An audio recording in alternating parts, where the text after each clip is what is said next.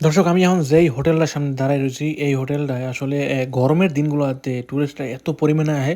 Seat কয়েক বছর আগে হইতেই বুকিং করে রাখা লাগে। হোটেলের নাম হচ্ছে ডন জুয়ান হোটেল।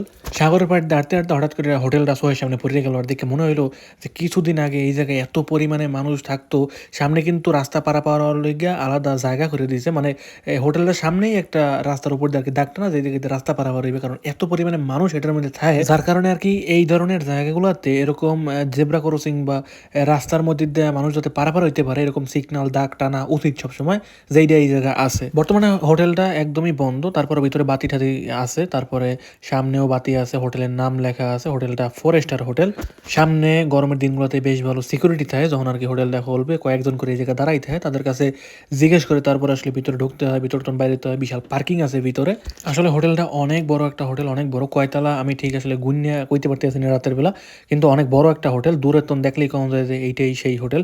দর্শক, আমি কিন্তু এখন একটু অলিগলির মধ্যে ঢুকি, বা যেই জায়গাগুলোতে টুরিস্টরা বেশিরভাগ হাঁটাচলা করে গরমের দিনগুলোতে বা বেশি সময় কাটায়, এই ধরনের রাস্তাগুলোর মধ্যে ওরা বেশি হাঁটতে পছন্দ করে। এই জায়গায় নতুন করে আরেকটা হোটেল উড়াইতে আছে বিশাল করে। তারপরে এই যে ডনজুয়ান হোটেলের পিছনের সাইড দেখতে পাইতেছেন কত বড় একটা হোটেল। দর্শক, এই জায়গাতে বিল্ডিং গুলো দেখতে পাইতেছেন, এই জায়গায় প্রত্যেকটা বিল্ডিং কিন্তু প্রত্যেকটা হোটেল, ছোট হোটেল আছে, বড় হোটেল আছে, যেগুলা একদম হাই কোয়ালিটির, ওগুলোর প্রাইসও কিন্তু অনেক হাই। সো যেগুলো একটু ছোট ছোট ওই আর প্রাইসও একটু কম। সো এই জায়গায় ছোট বড় সব ধরনের হোটেল কিন্তু বুক হয়ে থাকে গরমের দিনগুলোতে। জুন জুলাই আগস্ট সেপ্টেম্বর এই মাসগুলোতে আইও যদি হোটেল বুক করেন তাহলে কিন্তু হোটেল পাইবেন না। আগে এটা আসলে বুক করে রাখা লাগে, এটা কোনো বিজ্ঞাপন ভিডিও না, বা আমার নিজের হোটেল আমি বিজ্ঞাপন দিতে আসি না, যা বাস্তবে এটাই করতেছি, কারণ আমি এলাকায় থাই, টুকটাক এই সম্পর্কে জানা আছে। এই জায়গায় এমন কিছু কিছু বাড়িঘর আছে যে বাড়িঘরগুলো দেখতে কিন্তু একদম হোটেলের মতো, কিন্তু এগুলো হোটেল না, ডিজাইন করা হোটেলের মতো। সামনে সুইমিং পুল আছে, বারান্দা বিশাল করে বানানো, তারপরে গাড়ি পার্কিং আছে। ওইগুলো একদম ব্যক্তিগত বিল্ডিং। যারা বড় বড় ব্যবসায়ী, বড় লোক ক্যাটাগরির মানুষ, তাদের এই বিল্ডিং গুলো একটু এরকমই থাকে। এই জায়গায় অনেক বিল্ডিং আছে যেগুলো দেখতে অনেক অনেক অনেক বেশি ভালো লাগে। দর্শক, ইতালিতে কিন্তু মাসব্যাপী ক্রিসমাস উৎসব চলতে আছে। প্রত্যেকটা এলাকায় কিন্তু অনেক অনেক অনেক সুন্দর করে সাজাইছে, কিন্তু এই এলাকাটা হাজায় না, কারণ এই এলাকায় প্রত্যেকটা হোটেল রেস্টুরেন্ট বার যেহেতু সব বন্ধ, যার কারণে আর কি খুব বেশি একটা হাজায় না। তারপর প্রত্যেকটা বাড়ির সামনে অনেক সুন্দর করে কিন্তু বাতি লাগানো আছে। অন্ধকারের মধ্যে এই বাতিগুলো দেখতে অনেক অনেক অনেক বেশি ভালো লাগে। আমি আসলে বিকালবেলা বাইরেছিলাম, আমি একটা মার্কেটে যাবো এই উদ্দেশ্যে। সো ভাবলাম যে মার্কেটে যখন যাবো এই এলাকাটা দিয়েই যাই, এই এলাকাটা দেখতে দেখতে যাই। এই যে দেখতে পাইতেছেন কি সুন্দর একটা বাড়ি সাজাইছে, মনে হইতেছে যে একটা বিয়ার বাড়ি, আসলে না। এগুলো জাস্ট 1 সপ্তাহ 10 দিন 15 দিনের লেগে লাগায়। এদের সামনে যাওয়ার পরে আরেকটা হোটেল আছে, কিন্তু বিশাল বিশাল বিশাল একটা হোটেল আছে হাতের ডান সাইডে।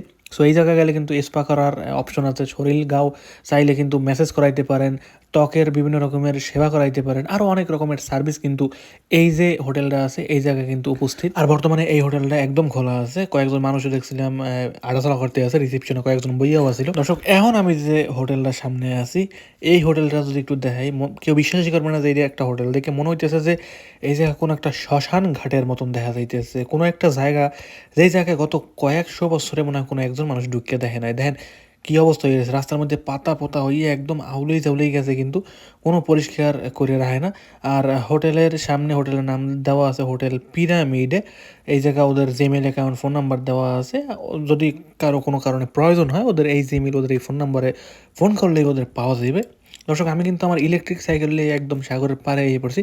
আর আমি যে আমার ভিডিওটা করতেছি, এটা কিন্তু কোনো ধরনের অ্যাকশন ক্যামেরা না যে মুখের মধ্যে লাগাই ভিডিও করি। এটা হাত দিয়ে আইফোন দিয়ে ভিডিওটা করা হয়। আর এক প্রকার ক্যামেরা দেখবেন, যে ক্যামেরাগুলো আর কি মুখের সামনে লাগাইতে, কপালে লাগাইতে অটোমেটিক ভিডিও হয়, দেখি এরকমই কিছুটা মনে হইতেছে। আসলে ওরকম কোনো অ্যাকশন ক্যামেরা দিয়ে আমার এই ভিডিওটা করা না। সো ভিডিওর মধ্যে যদি একটু খারাপ কিছু দেখায়, বা ভিডিওর মধ্যে একটু কাঁপাকাঁপি হয়, বা কোয়ালিটি খুব খারাপ হয়, এর জন্য আমি খুবই দুঃখিত। প্রথমত এটা রাতের দৃশ্য, তারপরে আবার সাইকেলের উপরে বইয়ে ভিডিওটা করা। পিছনে কিন্তু হঠাৎ পুলিশ গেছে, পিছনে যায় না, মানে সামনের দিয়ে পুলিশগুলো পিছনে দিয়ে গেছে। আমি আসলে ভয় পেয়েছিলাম, কারণ ইতালির পুলিশরা যদি কোনো সময় দেখে যখন মানুষ আসলে সাইকেল চালানো অবস্থায় ফোন দেখে, তাহলে কিন্তু ওরা লগ লগ থামায়। আমি আসলে থামাই দেখতে গেছি যে পুলিশটা কি আবার ঘুরে পিছনের দিকে আহে কিনা। পরবর্তীতে দেখলাম যে যেই কথা হেই গেছ, ওরা দূরে নিয়ে থামাইছে। আমি জানি না কি লিখে ওরা দূরে নিয়ে থামাইছে, আমি আসলে এই জায়গায় থাকতে পারবো না। আমার মনে করে যে ওরা পিছন টন ঘুরিয়ে আবার আমার এই দিকে আইতে পারে, আইয়া বিভিন্ন রকমের কথাবার্তা দিয়ে দিতে পারে, যেমন সাইকেলের গতি কত, যেহেতু এটা ইলেকট্রিক সাইকেল, অনেক সময় এই সাইকেলগুলোর গতি কয়েকশো কিলোমিটার প্রতি ঘন্টায় চলে, মানে 1-150 পাওয়ারও থাকে। সো ওইগুলো যদি দেখে তাহলে কিন্তু নিয়ে যাবে, যদিও আমার এটা এরকম না, আমার এটা সর্বোচ্চ পাওয়ার হচ্ছে 25। সো এই সাইকেলগুলো ঠিক আছে চালান, অনেক সময় হেলমেটের লেগে কিন্তু জিগে, আবার একটু ঝাই ঝামেলা করতে পারে সাইকেল নিয়ে যায়, আর অনেক সমস্যা করতে পারে। যদি আবার দেখে হাতের মধ্যে ফোন আছে তাইলে সমস্যা করতে পারে। কারণ আরেকবার আমার হাতে ফোন দেখছিল, ওই মুহূর্তে কইছিল যাতে পরের বার ফোন না দেখি। সো এবার যদি ফোন দেয় আর যদি একই পুলিশ থাকে তাইলে কিন্তু ঝামেলাটা আরও সামনের দিকে আগুয়ে দিবে। যার কারণে আমি আসলে ওই জায়গা ত্যাগ করে একদম মেইন রোডে চলে এসেছি। আমি যেই মার্কেটের উদ্দেশ্যে বাইরে এসেছি ওই মার্কেটে চলে যাবো। সো এই ছিল আমার আজকের ব্লগ। দেখা হবে পরবর্তী ব্লগে। ভালো থাকবেন, সুস্থ থাকবেন। বাই বাই সবাইকে।